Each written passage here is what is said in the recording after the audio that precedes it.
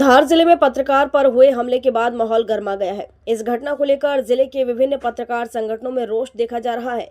पत्रकारों ने एकजुट होकर पुलिस अधीक्षक कार्यालय पहुंचकर मुख्यमंत्री के नाम ज्ञापन सौंपा और आरोपियों पर कड़ी कार्रवाई की मांग की। ज्ञापन एडिशनल एसपी विजय डावर को सौंपा गया, जिसमें कहा गया है कि जिले में पत्रकारों पर हमले की घटनाएं लगातार बढ़ रही हैं। हाल ही में पत्रकार अमरदीप सिंह सोलंकी पर दिन दहाड़े हुए हमले को लेकर पत्रकारों ने इसे गंभीर मामला बताते हुए दोषियों के खिलाफ सख्त कदम उठाने की मांग की है। पत्रकार संगठनों का आरोप है कि जिले में भू माफियाओं के हौसले लगातार बढ़ते जा रहे हैं और उनके द्वारा कथित रूप से गुंडों के माध्यम से इस तरह की घटनाओं को अंजाम दिया जा रहा है। ज्ञापन में यह भी मांग की गई है कि प्रदेश में जल्द से जल्द पत्रकार सुरक्षा कानून लागू किया जाए ताकि पत्रकार निर्भीक होकर अपना कार्य कर सकें। घटना के बाद जब पत्रकार थाना कोतवाली पहुंचे तो वहां भी गुंडों के समर्थकों द्वारा कथित रूप से डराने धमकाने की कोशिश की गई। इस दौरान पुलिस की मौजूदगी को लेकर भी सवाल उठाए जा रहे हैं। पत्रकारों का कहना है कि जब दिन दहाड़े एक पत्रकार पर हमला हो सकता है तो आम नागरिकों की सुरक्षा पर भी सवाल खड़े होते हैं। इस तरह की घटनाएं कानून व्यवस्था की स्थिति पर चिंता बढ़ाती हैं। वहीं कुछ लोगों द्वारा इस हमले को हाल ही में जेल से छूटे एक कथित भू माफिया से जोड़कर भी देखा जा रहा है। हालांकि इस संबंध में आधिकारिक पुष्टि नहीं हुई है। भूमाफियाओं के गुंडों ने पहले दिन दहाड़े पत्रकार की दुकान पर जाकर धमकाया और उसके बाद पाटीदार चौराहे पर जान से मारने की नीयत से प्राण घातक हमला किया। पत्रकार अमरदीप सोलंकी ने एक दुकान में घुसकर अपने आप को सुरक्षित किया। इन दोनों घटनाओं के सीसीटीवी फुटेज भी वायरल हो रहे हैं। धार में पत्रकार पर हुए हमले के विरोध में बदनावर में भी आर्यव्रत पत्रकार संघ द्वारा एसडीओपी को ज्ञापन सौंपा गया।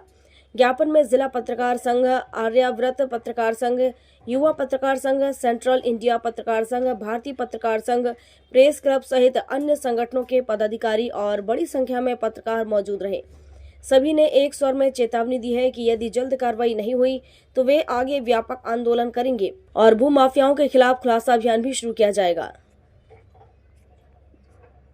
हाँ, परसों दैनिक दोपहर के पत्रकार अमरदीप सोलंकी के साथ कुछ भूमाफियाओं द्वारा पाटीदार चौराहे पर मारपीट की गई और ये मारपीट निसंदेह किसी एक पत्रकार के साथ नहीं थी, पर समूचे पत्रकार जगत के साथ मारपीट का अनुभव हो रहा था और लगातार जिले में पत्रकारों के साथ इस तरह की घटनाएं लगातार बढ़ रही है। ये पत्रकारों के लिए पीड़ादायक है।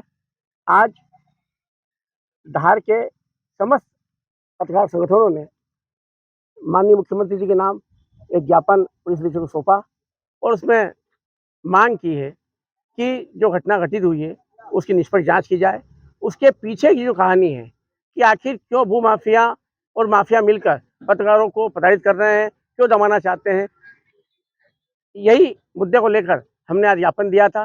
सारे पत्रकार ये चाहते हैं कि पुलिस प्रशासन आरोपियों पर कठोर कार्रवाई करे, क्योंकि जिले में लगातार घटनाएं हो रही है और सिर्फ एक पक्ष, एक वर्ग ही जो है पत्रकार साथी जो पीड़ित हो रहा है, ये चिंता का विषय है। इसी चिंता के विषय को आज हमने माननीय पुलिस अधीक्षक के साथ साझा किया और पुलिस अधीक्षक ने हमें आश्वासन किया, एडिशनल पुलिस अधीक्षक श्री विजय डावर साहब ने आश्वासन किया है कि इस पूरे मामले की जांच की जाएगी और दोषी व्यक्ति के खिलाफ कठोरतम कार्रवाई की जाएगी। मैं अपने ऐतिहासिक और सकारात्मक पत्रकारिता के लिए जाना जाता रहा है। बीते दिनों से हम लगातार देख रहे हैं अमरदीप सोलंकी के अलावा धार जिले में पत्रकार जगत और हमारी पत्रकार बिरादरी के बहुत सारे साथियों के साथ लगातार दुर्व्यवहार, लगातार उनके साथ आक्रामक व्यवहार किया जा रहा है, जो कि न केवल लोकतंत्र के चौथे स्तंभ के लिए अपितु पत्रकार और पत्रकारिता जगत के लिए बेहद निंदनीय है। पत्रकार बेहद विषम परिस्थितियों में अल्प वेतन या नाम मात्र के वेतन पर, या कई हमारे ऐसे पत्रकार साथी हैं जिन्हें वेतन भी नहीं मिलता है और इन विषम परिस्थितियों में वे खबर प्रहरी के रूप में अपनी सेवाएं दे करके लोकतंत्र के चौथे स्तंभ का मान बढ़ा रहे हैं। धार में जब जब भी कोई भी क्राइसिस हुआ है, संवेदनाओं से धार की पत्रकारिता ने ध्वजवाहक के रूप में सकारात्मक पत्रकारिता का झंडा बुलंद किया है। मैं लगातार देख रहा हूँ ये जो पत्रकार इस बिरादरी का प्रतिनिधित्व करते हुए कि हम आमतौर पर देख रहे हैं कि प्रशासन या राजनीतिक या आपराधिक गठजोड़ के द्वारा भी पत्रकारों के साथ दोयम दर्जे का व्यवहार आमतौर पर हमें देखने को मिलता है। खास करके जब किसी पत्रकार के साथ कोई अपमानजनक या दुर्व्यवहार की शिकायतें आती है तो पत्रकारों के साथ वो सम्मान नहीं मिलता जिसका वो हकदार है। मैं मध्य प्रदेश शासन के संवेदनशील मुख्यमंत्री से, प्रशासन के नुमाइंदों से निवेदन करूंगा कि पत्रकारों पर हो रहे लगातार हमलों को के मद्देनजर पत्रकार सुरक्षा कानून अविराम लागू किया जाए। साथ ही जिन पत्रकारों के विरुद्ध एफआईआर लॉन्च की जाती है, सबसे पहले आप पत्रकार के विरुद्ध एफआईआर करने से पहले जांच करें, पत्रकार का पक्ष भी जाने कि क्या वास्तव में जो अपराध कारित करवाया जा रहा है, वास्तव में वो पत्रकार के साथ वो पत्रकार कहीं न कहीं लिप्त है क्या? तब हम निष्पक्ष रूप से कह सकेंगे कि पत्रकार को न्याय मिला। दूसरा, थाने में भी पत्रकारों के साथ या कहीं न कहीं प्रशासनिक गलियारों में भी पत्रकारों के साथ धार में अमरदीप सोलंकी के साथ जो घटना हुई, इसको लेकर क्या कहेंगे आप? धार में अमरदीप के साथ जो घटना हुई है, निश्चित तौर पे वो निंदनीय है। हम सब के लिए, संपूर्ण धार जिले के पत्रकार जगत के लिए निंदनीय है और ये घटना हम सब के लिए एक सबक भी है। हम सब के लिए एक यक्ष प्रश्न भी खड़ा कर रही है कि आने वाले समय में अगर इस तरह की घटनाएं लगातार हो रही है, उसमें लॉ एंड ऑर्डर की स्थिति तो निर्मित होगी ही होगी, साथ में हमारे पत्रकारों की सुरक्षा का भी एक प्रश्न चिन्ह है। तो मैं इस मौके पर यही कहना चाहूँगा कि अविराम जिस तरह से लगातार सुरक्षा की व्यवस्था की जा रही है, पत्रकारों के लिए भी एक प्रोटेक्शन एक्ट लागू किया जाए।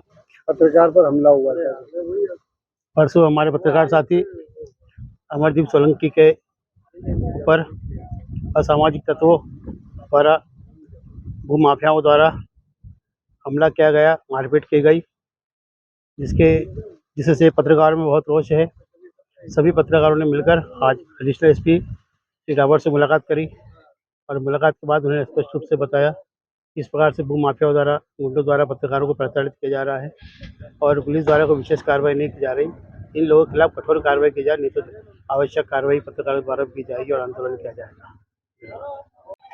शनिवार के दिन की घटना है, जब मैं अपने घर की तरफ जा रहा था, पाटीदार चौराहे पर कुछ लोगों ने मुझे रोका और मुझे गंदी गंदी गालियाँ दी, जिसमें एक लोकेश बागेला उर्फ दबंग नाम के व्यक्ति ने मेरे ऊपर बेसबॉल के बैट से हमला किया।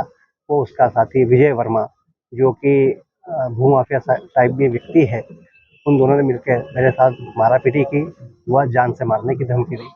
साथ ही मैं प्रशासन से मांग करता हूं कि ऐसे भूमाफियाओं के ऊपर सख्त कार्रवाई की जाए, ताकि आने वाले भविष्य में इस प्रकार की पुनरावृत्ति पत्रकारों के साथ ना हो। इसमें कोई एंगल भी है क्या? आप लगातार जो है भूमाफियों के खिलाफ खबर भी प्रकाशित करते हैं, आप लोगों ने याचिकाएं भी लगाई हुई है, तो क्या षड्यंत्र भी हो सकता है इसके? बिल्कुल इसमें भूमाफियाओं का षड्यंत्र भी हो सकता है, क्योंकि वो लोग भी प्रॉपर्टी के मामले से जुड़े हुए हैं, खरीदी बिक्री करते हैं। तो हो सकता है कि जिन लोगों ने उन्हें, मतलब मेरा तो कोई उनसे लेना देना नहीं था, जिन लोगों ने उन्हें भेजा है उस चीज की भी जांच की जाए। कौन लोग इससे सम्मिलित हो सकते हैं? अभी हाल फिलहाल में सुधीर जैन नामक व्यक्ति की जमानत हुई है, जो कि सेंट टेरेसा मामला और मसीह स्कूल मामले में दोषी था और पुलिस ने उसे पकड़ा था, 4 साल से फरार था वो। उस विषय में लेके मैंने माननीय न्यायालय में उसके खिलाफ आपत्ति दर्ज कराई थी। मुझे ऐसा प्रतीत होता है कि कहीं ना कहीं उन लोगों का उससे संबंध हो सकता है। नाम बता दीजिए आप। अमरदीप सोलंकी। धार से सुरेश तिवारी की रिपोर्ट।